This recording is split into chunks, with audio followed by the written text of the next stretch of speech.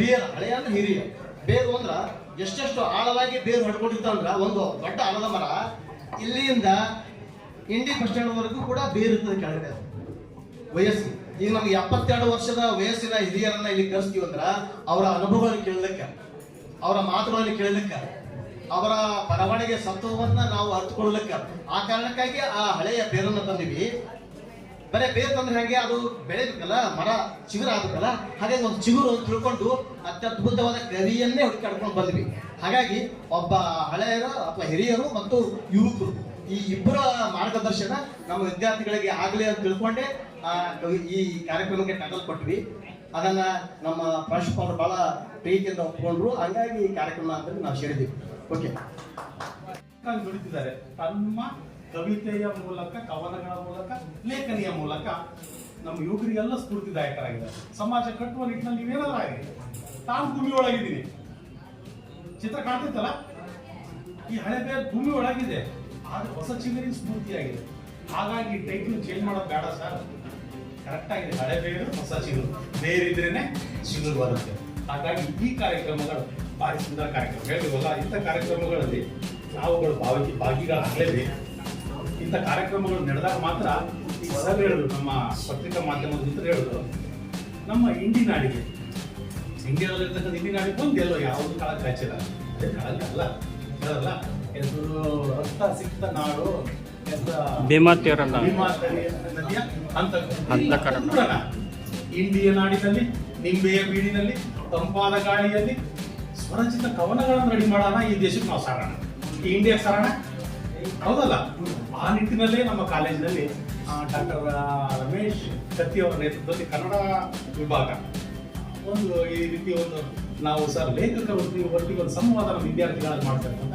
ಯಾಕೆಂದ್ರೆ ನಮ್ಮಲ್ಲಿ ಹಲವಾರು ವಿದ್ಯಾರ್ಥಿಗಳು ಕವಿಗಳಿದ್ದಾರೆ, ಲೇಖಕರಿದ್ದಾರೆ, ಆದರೆ ಅವರಿಗೆ ವೇದಿಕೆ ಇಲ್ಲ. ಹಾಗಾಗಿ ಆ ನಿಟ್ಟಿನಲ್ಲಿ ಸರ್ಕಾರಿ ಕಾಲೇಜುಗಳಲ್ಲಿ ಇಂಥ ವೇದಿಕೆಗಳನ್ನು ಹುಟ್ಟಾಕುವ ಮೂಲಕ ಆ ನವನವೀನ ಸುಶ್ರಾವ್ಯ ಸುಂದರ ಕವಿತೆಗಳನ್ನು ಬರೀತಕ್ಕಂಥ ನಿಮ್ಮಂತ ಯುವ ಕವಿಗಳನ್ನ ನಿರ್ಮಾಣ ಮಾಡ್ಲಿಕ್ಕೆ ಇರ್ತಕ್ಕಂಥ ಒಂದು ರಂಗವೇದಿಕೆ ನಾವು ರೆಡಿ ಮಾಡಬೇಕು ಅನ್ನೋ ನಿಟ್ಟಿನಲ್ಲಿ ಇಂಥ ಒಂದು ಸಂವಾದಗಳನ್ನ ಇಟ್ಕೊಂಡಿವಿ. ಅದಕ್ಕೆ ನಮ್ಮ ಸ್ಫೂರ್ತಿದಾಯಕರಾದ ದೇವು ಮಾಯ್ಕೊಂಡವರು ಮತ್ತೆ ಉಪ್ಪಿನ್ ಸರ್ ಅವರು ಮತ್ತೆ ಸಿಂಪಿ ಸರ್ ನೋಡಿ ಒಂದು ಹೇಳಿದ್ವಲ್ಲ, ಕವಿತೆಯ ಬಗ್ಗೆ ಆಶಾದಾಯಕ ಭಾವನೆ ಇದ್ದವರು ಹೇಳಿದ್ರು ದುಂಬಿ ಹೂವಿದ್ದಲ್ಲೇ ಬರುತ್ತೆ ಅಂತಾರಲ್ಲ, ಹಾಗೆ ಕವಿತೆಯಿಂದ ಸಿಂಪಿ ಸರ್ ಬಂದ್ರೆ ನೋಡಿ ಅವರ ಏಜ್ ಅಲ್ಲಿ ಹುಡ್ಕೊಂಡ್ ಬಂದಿದ್ದಾರೆ ನಮ್ಮ ಕಾಲೇಜಲ್ಲಿ. ಬರೀ ನ್ಯೂಸ್ ಪೇಪರ್ ಅಲ್ಲಿ ಓದಿ ಕಾಲೇಜಿಗೆ ಬಂದರೆ ನಾವು ನಮ್ಮ ಕಾಲೇಜಿಂದ ಅವ್ರಿಗೆ ಯಾವಾಗಲೂ ಆಭಾರಿಗಳು. ಹೇಳಿದ್ವಲ್ಲ, ನಾವು ಯಾವಾಗಲೂ ಅಂತ ಒಂದಿಷ್ಟು ಯೋಗ್ಯತೆಗಳಬೇಕು. ಈ ಯುವ ಕವಿ ಮತ್ತು ಹೇಳಿದ್ವಲ್ಲ ಉಪ್ಪಿನ್ ಸರ್ ಇವ್ರನ್ನೆಲ್ಲ ನೋಡಿದಾಗ ನಾವೊಂದಿಷ್ಟು ಯೋಗ್ಯತೆಗಳನ್ನು ಗಳಿಸಿಕೊಳ್ಬೇಕು. That is the qualification of the ಕವಿಗಳು, ಲೇಖಕರು. ಹಾಗಾಗಿ ಇಂಥವ್ರನ್ನ ನಾವು ತಂದಿದ್ದೀವಿ ಅಂದ್ರೆ ಇದರ ಉಪಯೋಗಗಳನ್ನು ನೀವು ಮಾಡ್ಕೊಂಡ್ಲೇಬೇಕು. ಯಾಕೆಂದ್ರೆ ಪ್ರಸ್ತುತ ಸಮಾಜದಲ್ಲಿ ಜೀವನ ಅನ್ನೋದು ಬಹುಮುಖ್ಯ. ಜೀವನ ಯಾವಾಗಲೂ ಹೇಳ್ತಾ ಇರ್ತೀನಿ, ಜೀವ ಅಪ್ಪ ಅಮ್ಮ ಕೊಟ್ಟಿರ್ತಾರೆ, ನಮ್ಮ ಬೈಕೆ ನೋಡ್ಬಿಡ್ತಾರೆ. ಜೀವನ ಕೊಡೋದು ಕೆಲವರೇ. ಅಂತ ಜೀವನ ಕೊಟ್ಟಂತ ವ್ಯಕ್ತಿಗಳನ್ನ ನಾವು ನಿಮ್ಮ ಮುಂದೆ ತಂದು ನಿಲ್ಲಿಸಿ ಯುವಕರು ಯುವತಿಯರಲ್ಲಿ ಮೊಬೈಲ್ಗಳು ಇರ್ತವೆ. ಅದರಿಂದ ಈ ಮೆಸೇಜ್ ಅದೊಂದು ದೊಡ್ಡ ಸಾಮ್ರಾಜ್ಯ ಆಗ್ಬೇಕು.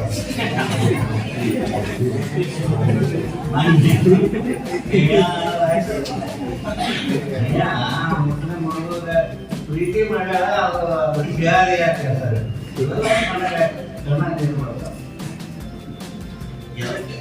ಇರ್ಬೇಕು. ನಾನು ಲವ್ ಮಾಡಕ್ಕೆ ಹೆಣ್ಣೆ ಇಡುವ ಅನ್ನೋದ್ರೆ ಮತ್ತೆ ಅವರಪ್ಪ ಅದು ಅಳ್ಕೋತ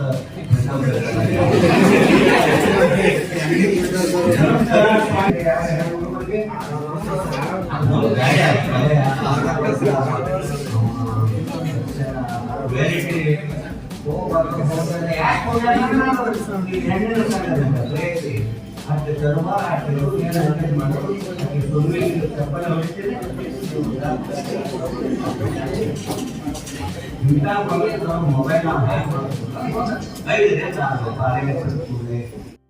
ದನಿ ಕೇಳಿಸಿಕೊಂಡು ಸಣ್ಣ ಬೋಳು ಮರದ ಕೆಳಗಿದ್ದೇವೆ. ಬಹುಶಃ ನಮಗಿರುವುದು ಇಷ್ಟೇ ಜಾಗ. ಇಲ್ಲೇ ಕಂಡುಕೊಳ್ಳಬೇಕಾಗಿದೆ ಚಿಕ್ಕ ಚಿಕ್ಕ ಕಣ್ಣುಗಳಲ್ಲಿ ದೊಡ್ಡ ದೊಡ್ಡ ಹೊಳೆಗಳು, ಚಿಕ್ಕ ಚಿಕ್ಕ ಸಂದೇಶಗಳಲ್ಲಿ ದೊಡ್ಡ ದೊಡ್ಡ ಮುಗುಳ್ನಗಳು. ಸೈನಾಸ್ ಗಂಟಲು ಕಟ್ಟಿದರೂ ಸದಾ ಹಾಡಬೇಕಾಗಿದೆ ಆ ಹಕ್ಕಿ. ಭವಸಾಗರ ಈಜಿದಾದರು ಈ ಇಬ್ಬನಿ ಕತ್ತದಲ್ಲಿ ಬೆಚ್ಚನೆಯ ಒಂದು ಮುತ್ತು ಬೇಕಿತ್ತು ಸೈನಾಸ್.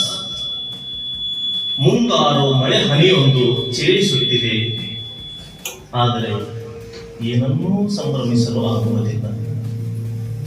ಬೆಳದಿಂಗಳ ಬೀರುವ ಚಂದಿರ ಮೆಟಾಫರ. ಚಂದಿರ ನಮ್ಮನ್ನಾಳುವ ಚಕ್ರವರ್ತಿ ಇದೆ. ಚಂದಿರ ನಮ್ಮನ್ನಾಳುವ ಚಕ್ರವರ್ತಿ ಇಲ್ಲಿ. ಬೆಳದಿಂಗಳ ಬೀರುವ ಚಂದಿರ ಗಸ್ತು ತಿರುಗುತ್ತಿದ್ದಾನೆ ಇಲ್ಲಿ. ಮುತ್ತಿಗೂ ಮಿಲನಕ್ಕೂ ಸುಂಕ ಹೇರುತ್ತಾನೆ. ನಮ್ಮದು ಒಂದೇ ಒಂದು ರೊಟ್ಟಿ ಸೈನಾಸ್. 75 ವರ್ಷಗಳಿಂದ ತಿನ್ನುತ್ತಿದ್ದೇವೆ. ಅಸಂಖ್ಯಾತ ಕನಸುಗಳ ಹಂಚಿಕೊಂಡು, ತವಕ ತಲ್ಲಣವ ಗಾಳಿ ಗಾನವ ಕೇಳಿಸಿಕೊಂಡು, ಇಲ್ಲಿ ಸುದ್ದಿಯಾಗಿ ಏನನ್ನೂ ಬದಲಾಗುವುದಿಲ್ಲ ಸೈನಾಸ್. ಹಸಿವು, ನಗ್ನತೆ ಮತ್ತಿನ್ನೇನೋ ಸುದ್ದಿಯಾಗುವುದಿಲ್ಲ. ಒತ್ತಾಯಕ್ಕಾಗಿ ಹತ್ತ ಮುಗುಳ್ನಗೆ ಹೊರತುಪಡಿಸಿ. ಹೀಗೆ ಈ ಬ್ರಹ್ಮಾಂಡದಲ್ಲಿ ನಾವು ಎಲ್ಲಿದ್ದೇವೆ ಸೈನಾಸ್? ನನ್ನ ಕ್ವಶನ್ ಒಪ್ಪಿನ ಸರ್ಗೆ, ನೀವು ಕವಿತೆ ಅಥವಾ ಕಾದಂಬರಿ ಬರಿತಾ ಬರಿತಾ ನಿಮ್ ಮೇಲೆ ಹವ್ಯಾಸ ಯಾವ ರೀತಿ ಪರಿಣಾಮ ಬೀಳ್ತು, ಅಥವಾ ನಿಮ್ ಊರಿನ ಮೇಲೆ ಯಾವ ರೀತಿ ಪರಿಣಾಮ ಬೀಳ್ತು, ಅಥವಾ ನಿಮ್ ಜೀವನದ ಮೇಲೆ ಯಾವ ತರ ಅಭಿವೃದ್ಧಿ ಆದ್ರಿ? ಕವಿತೆ ಅಥವಾ ಕಾದಂಬರಿ ಬರಿತಾ ಬರಿತಾ ನಿಮ್ ಜೀವನದ ಮೇಲೆ ಯಾವ ತರ ಅಭಿವೃದ್ಧಿ ಆಯ್ತು? ಇದು ಉತ್ಸುಕತೆ ಅನ್ನಿಸ್ತದ. ಈಗ ಕಾವ್ಯ ಬರೆದ್ರೆ ಒಂದು ಏನೋ, ಈಗ ಹೆಣ್ಣು ಮಕ್ಕಳು ಏನೋ ಒಂದು ಕವಿತೆ ಬರೋದು ಕೂಡ ಒಂದು ಇದು ಇದ್ದಂಗೆ ಅದು ಡೆಲಿವರಿ ಆದಂಗೆ ಸಂತೋಷ ಅನಿಸ್ತದೆ. ಒಂದು ಕಾದಂಬರಿ ಮುಗಿಸಿದ್ರೆ ಕೂಡ ಒಂದು ಆನಂದ, ಎಲ್ಲರೂ ಹೋಗೋದು, ಎಲ್ಲೇ ಮಾಡೋದು, ಎಲ್ಲರೂ ಗಿಡಗಳು ಕೊಡೋದಂತ ನನಗೆ ಭಾಳ ಸಂತೋಷ ಅದ. ಈ ಹಣದ ಹವ್ಯಾಸಕ್ಕಿಂತ ನನಗೆ ಕಾವ್ಯ, ನಾನು ಮೂಲ ಕಾವ್ಯನೇ, ನಾನು ಕಾವ್ಯದ ಬಗ್ಗೆನೇ ಹೆಚ್ಚು ನನಗೆ ಪ್ರೀತಿ ಅದ. ಯಾವುದೇ ಆಗಲಿ, ಲಂಕೇಶ್ವರದಾಗಲಿ ಮತ್ತು ನಮ್ಮ ಕಣಿವೆಯವ್ರದ್ದಾಗಲಿ, ಲಂಕೇಶ್ವರದ ಹೂವ ಕವಿತೆಯನ್ನು ನನಗೆ ಭಾಳ ಪರಿಣಾಮ ಮಾಡ್ಯದ. ಇವೆಲ್ಲ ಆಗ್ಯಾವ. ಮತ್ತು ನನಗೆ ಎಲ್ಲದಕ್ಕೆ ಜಾಸ್ತಿ ಜೀವನಾನುಭವದ ಬಗ್ಗೆ ನನಗೆ ಭಾಳ ಹಿಗ್ಗದ. ಅತ್ಯಂತವಾಗಿ ನಾನು ಜೀವನವನ್ನು ಪ್ರೀತಿಸ್ತೇನೆ ಎಲ್ಲರಿಗೂ. ಡಿವೋಷನ್ ವಿದ್ಯಾರ್ಥಿಯಾಗಿದ್ದು ವೇದಿಕೆ ಮೇಲೆ ಆಶೀರ್ವಾದಂಥ ಎಲ್ಲ ಕವಿಗಳು ಒಂದು ಪ್ರಶ್ನೆ ಸರ್. ನೀವು ಕವಿ ಆಗತ್ರಿ, ನಿಮ್ಮ ಕನಸೇ ಆಗಿತ್ತು ಅಥವಾ ಯಾವ ಸಂದೇಶದಿಂದ ಕವಿಗಳಾದ್ರು, ಅಥವಾ ನಿಮ್ಮ ಜೀವನದಲ್ಲಿ ಯಾವುದೋ ಒಂದು ಸಂದರ್ಭ ಅನುಭವಿಸಿ ಕವಿಗಳಾದ್ರು? ಮಗು ಇದ್ದಾಗ BA 4th ಸೆಮಿಸ್ಟರ್ ಓದ್ತೀನಿ ಅನ್ನೋಂಥ ಗ್ಯಾರಂಟಿ ಇರಲಿಲ್ಲ. ಹೌದಾ? ಇಲ್ಲಿವರೆಗೆ ನಾವು ಬರ್ತೀವಿ ಅಂತ ಗ್ಯಾರಂಟಿ ಇರ್ತಿದ್ದಿಲ್ಲ. ಅದು ಅನ್ಎಕ್ಸ್ಪೆಕ್ಟೆಡ್ ಇನ್ಸಿಡೆಂಟ್ ಇರ್ತೈತಿ. ಅದು ನನ್ನ ಓದಿನ ಹಿನ್ನೆಲೆ ಇರಬಹುದು, ಅಥವಾ ನಿನ್ನ ಓದಿನ ಹಿನ್ನೆಲೆ ಆಗಿರ್ಬೋದು, ಮತ್ತು ಒಡನಾಟ ಇರ್ಬೋದು. ನಾವು ಕವಿ ಸಾಹಿತಿಗಳ ಜೊತೆಗೆ ಒಡನಾಟ ಇದ್ದೀವಪ್ಪ ಅಂತಂದ್ರೆ, ಅವ್ರ ಬರವಣಿಗೆ ಪದೇ ಪದೇ ಓದ್ತಿದ್ದೀವಪ್ಪ ಅಂತಂದ್ರೆ ನಮ್ಮೊಳಗೂ ಕೂಡ ಅದು ದನಿಸ್ತಿರ್ತೈತಿ. ನಾನು ಯಾಕೆ ಬರೀಬಾರ್ದು ಅಂತ ದನಿಸ್ತಿರ್ತೈತಿ. ಮತ್ತು ಒಳಗೆ ಏನೋ ಒಂದು ವಿಶೇಷ ಇರ್ತೈತಿ. ಅದು ಕವಿ ಆಗ್ಬೇಕಾದ್ರೆ ಏನೋ ಒಂದು ವಿಶೇಷ ಇರ್ತೈತಿ.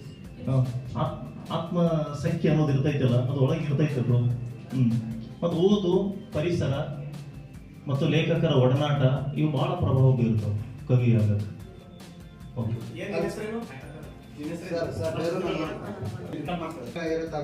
ಹೌದು. ಯಾವುದೇ ರೀತಿ ಕವಿ ಆಗ್ಬೇಕು, ಲೇಖಕ ಆಗ್ಬೇಕಂತಿದ್ದು ನಾ ಕವಿ ಆಗ್ಬೇಕು, ಇದು ಹುದ್ದೆ ಅಲ್ಲೇ.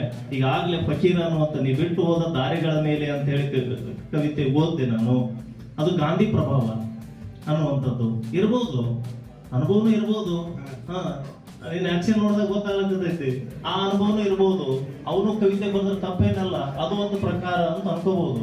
ಅದು ಪ್ರಭಾವ ಇರ್ಬೋದು, ವ್ಯಕ್ತಿಗತ ಪ್ರಭಾವ ಇರ್ಬೋದು, ಬಾಹ್ಯ ಪ್ರಭಾವ ಇರ್ಬೋದು, ಒಳನೋಟ ಅಂಡರ್ಸ್ಟ್ಯಾಂಡಿಂಗ್ ಇರ್ಬೋದು. ಗೊತ್ತಾಯ್ತಾ? ಓಕೆ. ಅದು ನಿನ್ನೊಳಗೆ ಒಂದೇ ರೊಟ್ಟಿ ತಿನ್ನುತ್ತಿದ್ದೇವೆ ಅಲ್ಲ ಅಂದ್ರೆ ಒಂದೇ ಸ್ವಾತಂತ್ರ್ಯ. 75 ವರ್ಷ ಆಯ್ತು. ಅದೇ ರೂಪಕ. ನನಗೂ ಹೆತ್ತವಳು, ನಿನಗೂ ಹೆತ್ತವಳು ಈಗ ಋತುಮತಿ ಆಗದೆ ಕುಳಿತಿದ್ದಾಳೆ ಅಂತಂದ್ರೆ, ಈ ದೇಶಕ್ಕೆ ಸ್ವತಂತ್ರ ಸಿಗೋಕ್ಕಿಂತ ಮುಂಚೆ ಏನೇನೆಲ್ಲ ಡೆವಲಪ್ಮೆಂಟ್ಸ್ಗಳಿದ್ದವಲ್ಲ ಅವು ಅಷ್ಟೇ ಉಳಿದಾವೆ. ಹೊಸ ಡೆವಲಪ್ಮೆಂಟ್ಸ್ಗಳು ಏನೂ ಆಗಿಲ್ಲ. ಹೊಸ ಬೆಳವಣಿಗೆ ಅದನ್ನು ಋತುಮತಿಯಾಗದೆ ಕುಳಿತಿದ್ದಾಳೆ ಅಂತ ಆ ವರ್ಡ್ ಕೆಲ್ಕಕ್ಕೆ ಹೋಗೋದಿಲ್ಲ ನಾನು. ಬಟ್ ಇನ್ನೂ ಯಥಾಸ್ಥಿತಿ ಒಳಗೆ ಐತಿ. ಇನ್ನೂ ಡೆವಲಪ್ಮೆಂಟ್ ಎಷ್ಟೋ ಆಗಬೇಕಾಗಿತ್ತು, ಡೆವಲಪ್ಮೆಂಟ್ ಆಗಿಲ್ಲ. ಹಾಗಾಗಿ ನಿನ್ನನ್ನು ಹೆತ್ತ ನನ್ನವ್ವ ಇನ್ನೂ ಬದಲಾವಣೆ ಆಗದೆ ಅಂದ್ರೆ ಋತುಮತಿ ಆಗದೆ ಕುಳಿತಿದ್ದಾಳೆ ಅನ್ನುವಂಥ ಅದೊಂದು ಬದಲಾವಣೆ ಆಗದೆ ಅನ್ನೋದಕ್ಕಾಗಿ ಋತುಮತಿ ಆಗದೆ ಅನ್ನುವಂಥದ್ದು ಒಂದು ಮೆಟಾಫರ್ ಅಷ್ಟೇ. ಗೊತ್ತಾಯ್ತಾ? ನೀವು ಇಂಗ್ಲೀಷ್ ಪ್ರೊಫೆಸರ್, ಹೌದು. ಇಂಗ್ಲೀಷ್ ಪ್ರೊಫೆಸರ್ ಆಗಿ ನಮ್ಮ ಕನ್ನಡ ಸಾಹಿತ್ಯಗೇ ಯಾಕೆ ಬೆಳೆಸಾಕತ್ತೀರಿ? ಮತ್ತು ನೀವು ಇಂಗ್ಲೀಷ್ನಲ್ಲೇ ಬುಕ್ ಪ್ರಿಂಟ್ ಮಾಡ್ಬೋದಾಗಿತ್ತು, ಕನ್ನಡದಲ್ಲಿ ಯಾಕೆ ಮಾಡಕತ್ತೀರಿ? ಹಾಂ, ಇಂಗ್ಲಿಷ್ ಲೆಕ್ಚರ್ ಆಗಿ ಇಂಗ್ಲಿಷಲ್ಲೇ ಬರೀಬೇಕಿತ್ತು, ಕನ್ನಡ ಯಾಕೆ ಬರೀತೀವಿ, ಕನ್ನಡದಲ್ಲಿ ಯಾಕೆ ಬರೀತಿದ್ದೀರಿ ಅಂತ. ಅದು ಕನ್ನಡ ಸೆಳೆತ, ಅದು ಕನ್ನಡದ ತಾರಕ ಸ್ವರ ಅಷ್ಟೊಂದು ಅದ್ಭುತವಾಗೈತಿ. ಕನ್ನಡ ಸಾಹಿತ್ಯ ಬಹಳ ಫಲಸ ದೊಡ್ಡದೈತಿ. ಹಾಗಾಗಿ ಕನ್ನಡ ಕವಿಗಳು ನೇರವಾಗಿ ನನ್ನ ಎದೆಗೆ ಸಿಗ್ತಾರೆ, ನನ್ನ ಕೈಗೆ ಸಿಗ್ತಾರೆ, ನನ್ನ ಆತ್ಮಕ್ಕೆ ಸಮೀಪ ಅದರ. ಹೌದಾ? ನನ್ನ ಸುತ್ತಲೂ ನನ್ನ ಮಾತೃಭಾಷೆ ಕನ್ನಡ, ಆಯ್ತಾ? ನನ್ನ ಎದೆಯ ಭಾಷೆ ಕನ್ನಡ, ನನ್ನ ಅನ್ನದ ಭಾಷೆ ಇಂಗ್ಲಿಷ್. ಹಾಗಾಗಿ ಕನ್ನಡ ನನ್ನ ಮೇಲೆ ಬಹಳ ಅಗಾಧವಾಗಿರ್ತಕ್ಕಂಥ ಪ್ರಭಾವ ಬೀರುತ್ತೆ. ಹಾಗೆ ನಾನು ಕನ್ನಡ ಬರಹಗಾರ ತೋರ್ತೀವಿ. ನಾನು ಬಸವರಾಜ್ ಹಿರೇಕರೂರು ಅಂತ BA ಸೆಕೆಂಡ್ ಸೆಮ್ ವಿದ್ಯಾರ್ಥಿಯಾಗಿದ್ದು, ನಾನು ಕೂಡ ಒಂದೆರಡು ಪುಸ್ತಕಗಳನ್ನ ಬರ್ತಾ ಇದ್ದೀನಿ. ಒಂದು ಮುಖವಾಡದ ಜಗತ್ತು ಮತ್ತು ಇನ್ನೊಂದು ನಿನ್ನವರು ಯಾರು ಅಥವಾ ನನ್ನವರು ಯಾರು ಅಂತ 2 ಪುಸ್ತಕಗಳನ್ನ ಬರಿತಿದ್ದೆ. ನಾನು ನಿಮಗೆ ಕೇಳ್ತಕ್ಕಂಥ ಪ್ರಶ್ನೆ ಏನಂದ್ರೆ ಸರ್, ಏನಂದರೆ ನೀವು ಕವಿತೆಗಳನ್ನ ಬರಿತೀರಿ, ನಿಮ್ಮ ಕವಿತೆಗಳ ಮುಖಾಂತರ ಜಗತ್ತನ್ನು ಯಾವ ರೀತಿಯಾಗಿ ಬದಲಾವಣೆ ಮಾಡೋಕ್ಕೆ ಇಷ್ಟಪಡ್ತೀರಿ? ಕಟ್ಟಕ್ಕೆ ವಹಿಸ್ತೀನಿ. ಕವಿತೆಗಳ ಮೂಲಕ ನಾನು ಸಮಾಜವನ್ನು ಕಟ್ಟಲು ಬಯಸ್ತೀನಿ. ಜಾತ್ಯತೀತ, ವರ್ಣಾತೀತ ಅಂತ ಹೇಳಿದ್ನಲ್ಲ ಆಗ್ಲೇ, ನಾನೇನು ಮಾತನಾಡಿದ್ನಲ್ಲ ಅದೇ ಸಮಾಜ ಕಟ್ಟಲು ಬಯಸ್ತೀನಿ. ಈಗ ಮೊದಲು ನಿಮಗೆ ಆಗ ಬೀರೋಣ ಅಂತ ಕೇಳಿದ್ರೆ ನಿಮ್ಗೆ ಪ್ರಶ್ನೆ, ನೀವು ಇದು ನಮ್ಮ ಕನಸಾಗಿದ್ದಿಲ್ಲ, ಹವ್ಯಾಸದಿಂದ ಬಂದಿರೋಂಥದ್ದು ಅಂದ್ರೆ ಈಗ ಬಂದ ಮೇಲೆ ಈ ವೇದಿಕೆ ಮೇಲೆ ಬಂದು ಈಗ ಆಗ ನಿಮ್ಗೆ ಏನು ಅನಿಸ್ತಾ ಇದೆ ಸರ್? ಈಗ ನಿಮ್ಮ ಅನುಭವದ ಹೇಳ್ಬೇಕು ನಮಗೆ. ಮತ್ತೆ ಇಲ್ಲಿ ಬಂದ ಮೇಲೆ ಏನು ಅನಿಸ್ತೈತಿ ಅಂತ ಕೇಳಿದ್ರೆ, ಇಷ್ಟೆಲ್ಲ ದಿಗ್ಗಜರ ಮಧ್ಯೆ ಕೂತು ಮಾತಾಡ್ತೀನಿ ಅಂತ ಹೆಮ್ಮೆ ಅನಿಸ್ತೈತಿ, ಖುಷಿ ಅನಿಸ್ತೈತಿ. ಕ್ಷೇತ್ರದಲ್ಲಿ ಹೆಸರು ಮಾಡ್ಬೇಕಾಗಿತ್ತು ತಾವು, ಇದನ್ನೇ ಯಾಕೆ ತಾವು ಭಾವಿಸ್ಕೊಂಡ್ರಿ? ಈ ಕ್ಷೇತ್ರ ಫಿಲ್ಮ್ ಇಂಡಸ್ಟ್ರಿ ಇತ್ತು, ಯಾವುದೇ ಕ್ಷೇತ್ರದಲ್ಲಿ ಹೆಸರು ಮಾಡ್ಬೋದು, ಈ ಸಾಹಿತ್ಯ ಕ್ಷೇತ್ರಕ್ಕೆ ಯಾಕೆ ಬಂದ್ರಿ? ಆಗ್ಲೇ ಪಕ್ಕದ ಕೂತಾಗ ಮೇಡಮ್ ಹೇಳಿದ್ರೆ, the poetry is the fashion ಅಂತ ಹೇಳಿದ್ರು. ಅದೊಂದು ಮೋಹ, ಅದು ಹವ್ಯಾಸದಿಂದ ಬಂತು, ಆಮೇಲೆ ಮೋಹ ಆಯಿತು, ಈಗ ಅದನ್ನು ಕಟ್ಕೊಂಡ್ಬಿಟ್ಟಿದ್ದೀನಿ. ಗೊತ್ತಾಯ್ತಾ? ಅದು ಭಾಳ ಸಂಗತಿ ಆಗಿಬಿಟ್ಟೈತಿ ಈಗ ಕಾವ್ಯ ಅನ್ನುವಂಥದ್ದು. ಅದು ಬಿಡೋಕ್ಕಾಗ್ತಿಲ್ಲ. ಮುಂದೆ ಯಾವುದೇ ಕ್ಷೇತ್ರದಲ್ಲಿ ಹೋಗ್ಬೇಕಿತ್ತು ಅಂತ ಹೇಳಿದ್ರೆ ನೋಡೋಣ, ಮುಂದೆ ಕಾಲ ಹೇಗೆ ತಿರುವು ಪಡ್ಕೊಳ್ತೈತಿ ಅನ್ನುವಂಥದ್ದು. ಮತ್ತು ರಾಜಕೀಯ ಕವಿತೆಗಳನ್ನು ನೋಡಿ ರಾಜಕಾರಣಿ ಆಗ್ಬೇಕು ಆಗಿದ್ರಿ ಅಂತ ಹೇಳಿದ್ರೆ, ಪ್ರತಿರೋಧದ ಕವಿತೆಗಳನ್ನು ನೋಡಿ ನಾಟಕ ಪೊಲಿಟಿಕಲ್ ಪೊಯಿಟ್ರಿ ನೋಡೋಣ ಮುಂದೆ. ಭೀಮಾ ತೀರದ ಹಂತಕರ ಅಂತ ಕರೀತಾರೆ ಕೆಲವೊಂದು. ಆ ಭೀಮಾ ತೀರದ ಹಂತಕರು ಹೋಗಿ ಚಿಂತಕರ ಮಾಡಬೇಕು ಅನ್ನುವ ನಮ್ಮ ಆಶೆ. ಅದರ ಅಭಿಪ್ರಾಯ ತಾವೇನು ಹೇಳ್ತೀವಿ ಸರ್? ಅನ್ನೋ ಶಬ್ದ ಹುಟ್ಟು ಹಾಕಿದವರೇ ರವಿ ಬೆಳಗೆರೆ. ಅವ್ರಿಗೆ ಸ್ವತಃ ಅವ್ರಿಗೆ ನಾ ಕೇಳಿ ನಮ್ಮ ಆಫೀಸ್ಗೆ ಹೋಗಿ ಜಗಳ ತೆಗೆದೀನಿ, ಇದು ಹಂತಕ ಹ್ಯಾಂಗೆ ಆಗ್ತದೆ? ರಕ್ತ ಸಿಕ್ತ ದೇವಣಗಾವ, ರಕ್ತ ಸಿಕ್ತ ದೇವಣಗಾವ, ಇವೆಲ್ಲ ತಪ್ಪು ಆಗ್ತದೆ ಅಂತ ನಾವು ಅಂದ್ವಿ. ಅವರು ಅರ್ಧಂಬರ್ಧ ಒಪ್ಕೋತಾರೆ, ಅರ್ಧಂಬರ್ಧ ಅವರು ಹಂತಕರ ಜೊತೆನೇ ಬೆಳಗೆರೆ ಸಂಬಂಧಗಳಿಟ್ಟುಕೊಂಡು ಹೈಲೈಟ್ ಮಾಡಿಬಿಟ್ಟು ನಾವು ಅಪಪ್ರಚಾರವೇ ಪ್ರಚಾರದ ಈಗ ರಾಜಕೀಯ ಇದು ಅಪಪ್ರಚಾರ ಆಗಲಿ ನಾವು ಅನಗಡ ಅದು ಅದೊಂದು ಮಜಾನೇ ಇರ್ತದೆ ರಾಜಕೀಯದಾಗ. ಅಂತ ಬೆಳಗ್ಗೆ ಬರುವಂಥ ಕಾಲ ಇರ್ತಾವೆ. ಒಳ್ಳೆ ಬರಗಾರ, ಅವನಂತ ಕಾದಂಬರಿಕಾರು, ಅವನಂತ ಬರಗಾರ ಯಾರಿಲ್ಲ. ಆದರೆ ಅಲ್ಲೆಲ್ಲ ಗೋಡೆಗೆ ರಕ್ತ ಹತ್ತಿತ್ತು, ಇದು ಹತ್ತಿತ್ತು ಅಂತ ಬರೋದು. ನಾವು ಚಿಂತಕರು ಮಾಡಬೇಕಾದ್ರೆ ಇಂಥವೆಲ್ಲ ನಾವು ಮಾಡಕತ್ತಿದ್ದೇವೆ. ಇಲ್ಲಿ ಗುಲ್ಲಕೇಶ್ವರ ಮಹಾರಾಜರ ಬಗ್ಗೆ ಭೀಮಾ ತೀರದ ಹಂಸ ಅಂತೇಳಿ ಒಂದು ನಾನು ಪುಸ್ತಕ ಮಾಡಿದೆ. ಈ ಯಾರು ನಮ್ಮ ಮಂಗಳೂರು ಭೀಮಾಶಂಕರ ಮಹಾರಾಜರು ಭೀಮಾ ತೀರದ ಹಂಸ. ಹಿಂಗೆ ನಾವು ಇಲ್ಲಿ ಪಾತ್ರ, ಇಲ್ಲಿ ಸಿದ್ಧಾರ್ಥ ಮಹಾರಾಜರ ಬಗ್ಗೆ ನೀವು ಮಾತಾಡೋದು ಇದು ಮಾಡಬೇಕು. ಇಲ್ಲೆಲ್ಲ ಅದ ಗಣಗಾಪುರ ಹಿಡೋದು ಎಲ್ಲ ಏನು ಅನಾಹುತದ ಭೀಮಾ ತೀರ. ಆ ತೀರದ ಒಂದು ವರ್ಣನೆ, ಪ್ರೀತಿ, ಹ್ಯಾಂಗೆ ಅವರು ಕಾವೇರಿಗೆ ಪ್ರೀತಿ ಮಾಡ್ತಾರೆ, ನಾವು ಭೀಮಾ ತೀರಕ್ಕೆ ಹೋಗಿ ಇದು ಮಾಡಬೇಕು. ಅಲ್ಲಿ ಆ ಹುಟ್ಟಿದ ಸ್ಥಳಕ್ಕೆ ಭೀಮೆಗೆ ಆ ಜ್ಯೋತಿರ್ಲಿಂಗಕ್ಕೆ ಹೋಗಿ ಬರುವಂಥ ಒಂದು ಇದು ಇಡಬೇಕು ನಾವು. ಅವ್ರು ಹ್ಯಾಂಗೆ ಕಾವೇರಿಗೆ ಹುಟ್ಟದಲ್ಲಿ ಪೂಜೆ ಮಾಡ್ತಾರೆ, ಅದೊಂದು ಮಾಡ್ತಾರೆ ನೋಡಿ. ಕೋಲಾರದ ಮಾಜಿ ಶಾಸಕ ಅವರೆಲ್ಲ ಅಲ್ಲಿ ಹೋಗ್ತಾರೆ ಮಾಡ್ತಾರೆ ಬಾಕಿನ Tambe B A second sir ವಿದ್ಯಾರ್ಥಿ ಆಗಿದ್ದು ಸರ್ ನನ್ನ ಕ್ವಶನ್ ದೇವ್ರ ಸರ್ಗೆ ಸರ್ ನೀವು ಕವಿತೆ ಬರೆದಂತ ಸರ್ ನೀವು ಬರೆದಂತ ಮತ್ತೊಬ್ರು ಸರಿಪಡಿಸುತ್ತದನ್ನ ಹೇಳ್ತಿದ್ರಲ್ರಿ ಸರ್ ನೀವು ಹ್ಯಾಂಗ ಸರಿಪಡಿಸ್ಕೊತಿದ್ರಿ ಸರ್ ನೀವು ಬರೆದಂತ ಕವಿತೆಗಳು? ನಾನು ಒಂದು ಕವಿತೆ ಬರೇ ಬಂದಿರ್ತೈತಿ ಹೌದಾ, ಅರ್ಧ ಎಲ್ಲನೂ ಫಸ್ಟ್ ಬರೆದ ತಕ್ಷಣ ಅದಕ್ಕೆಲ್ಲ ಸರಿ ಇರೋದಿಲ್ಲ. ಅಲ್ಲಿ ಗೇಯತೆ ಮಿಸ್ಟೇಕ್ ಇರ್ತೈತಿ ಅಥವಾ ಲಯ ತಪ್ಪಿರ್ತೈತಿ ಅಥವಾ ವಸ್ತು ಮತ್ತೆ ಬೇರೆ ಹೊಳಿತೈತಿ. ಇನ್ನೊಂದ್ಸಲ ಓದಿದಾಗ ಈ ಲೈನ್ ಬೇರೆ ಮಾಡ್ಬೋದಿತ್ತಲ್ಲ ಹೌದಾ, ಅಥವಾ ಅಲ್ಲಿ ಸಣ್ಣ ಪ್ರಮಾಣದ ಶಬ್ದಗಳು ಹಾಕಿರ್ತೀವಿ ಹೌದಾ, ಅಲ್ಲಿ ಇನ್ನೂ ಒಂದಿಷ್ಟು ನುಡಿಗಟ್ಟು ಬೇರೆ ಡಿಫಿಕಲ್ಟ್ ನುಡಿಗಟ್ಟು ಹಾಕ್ಬೋದಿತ್ತಲ್ಲ ಅಥವಾ ಇನ್ನೂ ಚೆನ್ನಾಗಿರ್ತಕ್ಕಂಥ ಶಬ್ದ ಹಾಕ್ಬೋದಿತ್ತಲ್ಲ ಅಂತ ಹೇಳಿ ಹಾಕೊಂಡು ಆಮೇಲೆ ಸರಿಪಡಿಸಿದಾಗ ಅದು ಪರ್ಫೆಕ್ಟ್ ಕವಿತೆ ಆಗ್ತೈತಿ ಅಂತ ನಾನು ಅನ್ಕೊಂಡಿದ್ದೆ. ಒಂದ್ಸಲ ನೀವು ಫೇರ್ ಬರೀತಿರ್ತೀರಿ ಹೌದಾ, ನಿಮ್ಗೆಲ್ಲೆಲ್ಲೋ ಬರ್ತಿರ್ತೀರಿ, ಒತ್ತಕ್ಷರ ಹೋಗಿರ್ತ, ದೀರ್ಘ ಹೋಗಿರ್ತ, ಏನೇನೋ ಹೋಗಿರುತ್ತೆ, ಮಹಾಪುರಾಣ ಆಗಿರುತ್ತ, ಅವೆಲ್ಲ ಹೋಗಿರ್ತಾವ. ಆಮೇಲೆ ಮತ್ತೊಂದ್ಸಲ ಓದಿದಾಗ ಬರ್ದಾಗ ಅದು ಪರ್ಫೆಕ್ಟ್ ಆಗ್ತೈತಲ್ಲ, ಕವಿತೆ ಕೂಡ ಹಂಗ.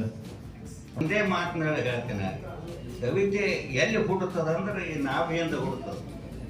ಒಂದೇ ಫೈನಲ್ ಇದು. ಈ ನಾಭಿಯಿಂದ ಹುಟ್ಟಿದ ಅದು ತಿದ್ದುದು ಮಾಡೋದು ಅವ್ರವ್ರ ಇದರ ಮ್ಯಾಗಿಂದ ಹೋಗ್ತದೆ. ಮತ್ತು ಕಾಳಿದಾಸ ಸಂಗಾರ ಕಾವ್ಯ ಬರಿಬೇಕಾದ್ರೆ ಇದರಲ್ಲಿ ಟೋಟಲಿ ಒಬ್ಬ ಲೇಖಕ ಆಗ್ಬೇಕಾದ್ರೆ ನಾಭಿಯಿಂದೇ ಕೂದುತ್ತದೆ ಅದು ಆಟೋಮೆಟಿಕ್ ಆಗಿ. ಅದು ನೀವು ಈ ಶಿಬಿರ ಎಲ್ಲ ಹೋಗ್ತಿರ್ತಾರ, ಶಿಬಿರ ಅದನ್ನ ಮೊಳಕೆ ತೆಗೆಯುವಂಥ ಮಾತುಗಳನ್ನ ಖಂಡಿತವಾಗಿ ಇವ್ರು ಆಡ್ಯಾರ. ಅದು ಮೊದಲು ಇದು ಬರ್ಬೇಕದು.